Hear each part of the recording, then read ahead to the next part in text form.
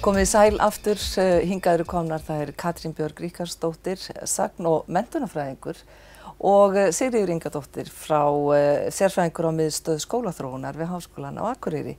Nú, við ætlum að ræða hérna jafnrétti í skólastarfi en það er einmitt yfirskrift ráðstefnu sem verður haldin í Háskólanum á Akureyri 1. apríl. Það er ekkert aprílgabb, jafnrétti er það bara ekki neitt. Eða hvað? Þetta er ekkert gabb hjá ykkur að vera þarna með þessa ráðstefnu. Alls ekki. En hugsa ykkur hvað það væri gott ef það væri það. Þetta væri bara úr sögunni að við þyrstum að berjast fyrir jafnrétti kynjanna enn þann dag í dag. Við erum svo langt frá því samt. Já. Og ekki bara jafnrétti kynjanna heldur jafnrétti í víðum skilningi.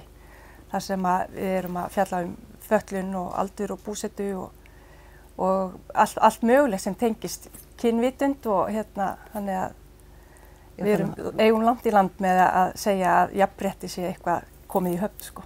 Hvernig er jafnréttið mælanlegt? Þegar stórt er spurt. Já. Hvernig, af því að við eigum svo langt í land á svo mörgum stöðum. Við höfum verið að mæla allt mögulegt. En hvar erum við stödd í því í dag? Hvernig mælum við jafnrétti? Jafnrétti er í raun og veru eins og námskráin okkar byggjur upp. Þetta er svo vítt spektrum. Og það er ekkert hægt að segja að jafnrétti við erum búin að ná jafnrétti á einhverjum einum stað. Ég held að það verði kannski aldrei alveg hægt að segja, bara við erum búin að ná einhverjum ákveðnum áfanga sem að við getum bara sætt okkur algjörlega við. Ég held að við erum svolítið langt í land allavega með það. En hvað erum við komin lengst með að þínu mati? Í umræðunni þá erum við komin rosalega langt í kynjajafnrétti. Og við höfum, mest áherslan hefur verið lögð á það hjá okkur og erum komin langt á veg. En alltaf má gera betur og bara til dæmis öll þessi umræða kynjajafnrétti, launamismun, kvennastörf, karlastörf, allt þetta. Við erum að standa okkur vel þar en samt ekki nógu vel. Við þurfum að gera betur. Katrín, þú gerðir mastersritgerð á sínum tíma sem þú kallaðir er hægt að bjóða kynjakerfinu byrginn. Hvert var svarið? Svarið var já og nei, kannski. Já. Jú, auðvitað er það hægt. Að sjálfsögðu. En í þessari rannsókn þá var ég að vinna út frá ákveðnum hugmyndum kynjakerfi sem að gengur út á svona ákveðna flokkun á samfélaginu. Þannig að ég svona skoða þetta út frá því. Og ég ræddi á þessum tíma við konur sem hefðu stundanám í húsasmíðum og konur sem hefðu stundanám í tölvunarfræðum og greindi samtölin við þar út frá þessum hugmyndum. Og ég komst að því að þessar konur svo sannarlega gátu boðið kynjakerfinu byrginn en þar fengu líka viðbrögð frá kerfinu tilbaka. Hvernig viðbrögð?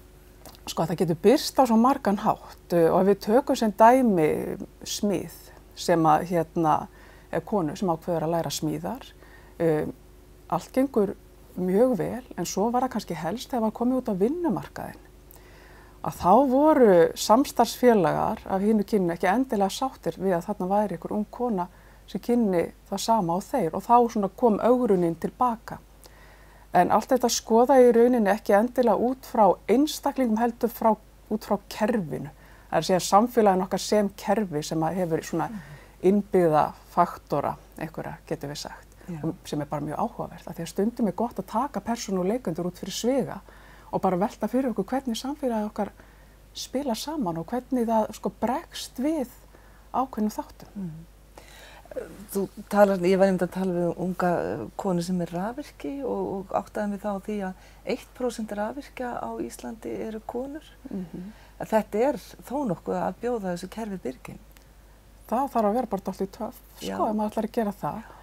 Og það sem að mín rannsókn sýndi var að það er konur sem fóru í svona óhefðbundið nám fyrir sitt kyn. Þær voru yfirleitt orðnar eldri, heldur en aðrir nemendur og þær voru búnar að hugsa þetta rosalega vel. Gjarnan búnar að prófa eitthvað annað nám sem ekki finna sig í því, langa að fara í iðnnámið en einhvern veginn það þurfti svo rosalega stórt skref að stíga til þess að láta sig hafa það og vera algjörlega sannfærðar þegar það byrjaði að þetta væri námið sem það vildu fara í. Þannig að það er einhvern veginn svona, virðist vera mikla sannfæring og trú á því að þetta sé rétta námið. Og það er eitthvað kannski sem við myndum svo gjarnan vilja komast upp úr, að það væri bara alveg opið. Við þyrftum ekkert að velta því fyrir okkur ef okkur langaði að læra smíðarrafvirkjun eða hvaðina hvort við værum konur eða kallar. Þetta væri bara eitthvað sem að við þurftum ekki að spá í. Færum bara eftir áhuga okkar. En það umræðan í dag meðal annars þetta að halda svona ráðstefnur? Þurfum við ekki að ná til unga fólksins því að hver breytir þessu annar heldur en kynslóðin sem fyrir neðan okkur? Algjörlega, og þess vegna fannst okkur mikilvægt að fjalla þennan grunnþátt menntunar, jafnrétti, í skólastarfi. Og við erum alveg samfærum það að það verið að vinna gott starf á öllum skólastigum. Og þessi ráðstefna ber þess merki að því við fengum yfir 23 málstofu erindi send og þar erum við með fjölbreytileikan, ekki bara kynjajafnrétti, eins og ég sagði að við erum með, það verður skóla án aðgreiningar sem dæmi, sem einn stór þáttur í jafnréttisumræðunni. Já, stöldum aðeins við það, því að skóli án aðgreiningar, þetta svona frasi í eyrum svo margra. En hvað þýðir þetta í raun og hvar erum við þar? Skóli án aðgreiningar, ég myndi kannski vilja frekar kalla þetta skóla margbreytileikans, þar sem að við tökum á móti öllum einstaklingum og hjálpum þeim, að sköpum þeim tækifæri til þess að þroskast á eigin forsendum. Og það í raun og veru skóli án aðgreiningar fjallar það að við tökum á móti öllum, það sem skóli margbreytileikans. Þannig að við þurfum við að skipta út orðunum? Orð segja svo mikið? Orð segja rosalega mikið og ég persónulega hallast frekar af skóla margbreytileikans heldur en skóla án aðgreiningar. Af því við erum öll sérstök. Hvernig getum við gert það? Þá byrja þeir sveitarstjórnarmenn sem að hlusta á þetta, þeir hugsa þarna klingir í peningunum. Þarf það að kosta svo miklu meira að í raun að stíga skrefið til fulls í skóla margbreytileikans? Í staðan fyrir skóla aðgreiningar? Já. Þetta ekki bara skilgreiningaratriði? Já, það það. Já. Og það líka kannski bara okkar sameiginlegi skilningur líka á þessum hugtökum. Já. Hvað þýðir þetta? Þannig að það má breyta hugtökum. Já, það má breyta hugtökum.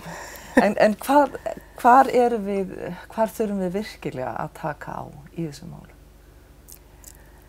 Ég held við þurfum að fara að hugsa bara sem dæmi, ef við hugsaum nemendur, eins og þjóðfélagsstöðu. Við megum ekki mismuna nemendum eftir félagslegu bakgrunni sem dæmi.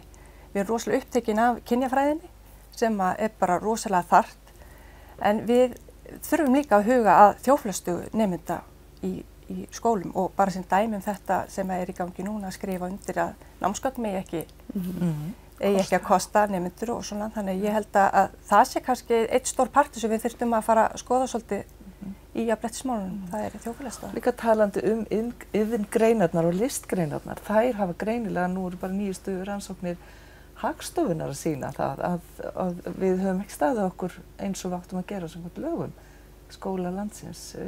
Hvað getum við gert í því? Ef við erum ekki að bjóða börnum í dag upp á það sem þau eiga rétt á í list og iðngreinum. Hvernig eigum við að snúa því við? Ég myndi kannski vilja segja bara að við myndum stækka tengslanettið okkar. Já, og að við kannski gætum boðið meira val út fyrir skólana sem dæmi. Já, að það væri þetta samstarf milli grenndarsamfélags og skóla yrði meira. Og ég veit að við höfum reyndar með nýrri aðalnámskrá frá 2011 þá hefur verið aukinn hlutur list- og verkgreina.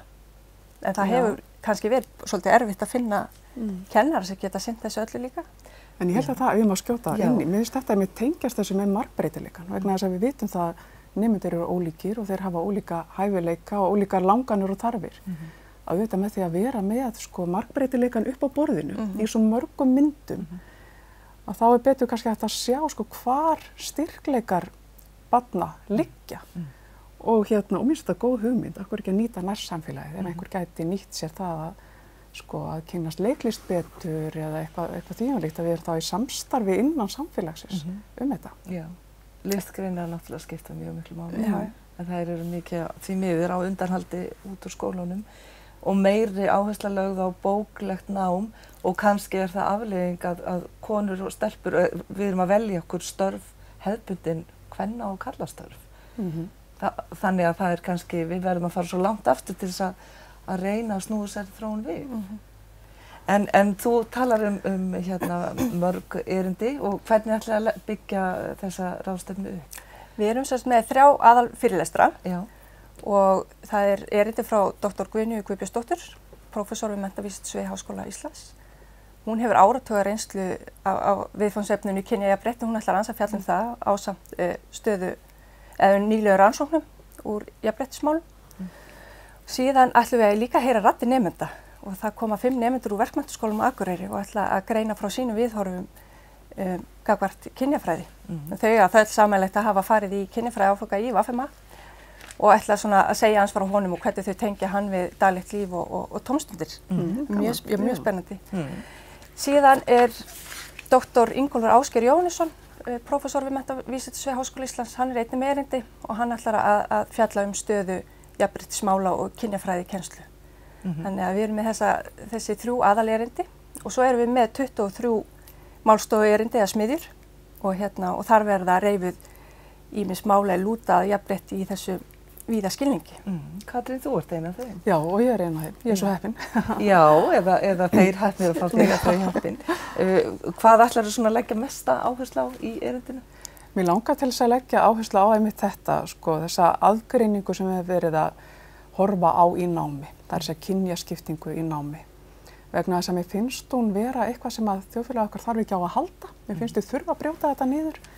Og þess vegna er ég svo ánægð með þessa umræðu sem búin að vera undanfarið varðandi #kvennastörf, þetta verkefni sem að verknámsskólar, þar á meðal Verkmenntaskólanum á Akureyri, er að taka þátt í. Við verðum að vekja athygli á þessu. Og við þurfum á því að halda að brjóta niður þessa múra, af því það hefur áhrif á svo margt. Og það hefur áhrif á margbreytileikann og möguleika okkar til þess að bara njóta okkar eigin hæfileika og nýta þá í samfélaginu. Já. Þetta eru góð lokaorð og bara gangi ykkur vel. Við ætlum einmitt að tala svolítið margbreytileikann því að við ætlum að færa okkur úr þessu jafnréttismálum yfir á snjóbretti en hún sest hérna í þennan stól hún Helga Þóra Helgadóttir sem er nemi í fjölmiðlafræði við Háskólann á Akureyri og hún ætlar að ræða við Einar Rafn Stefánsson snjóbretta þjálfara.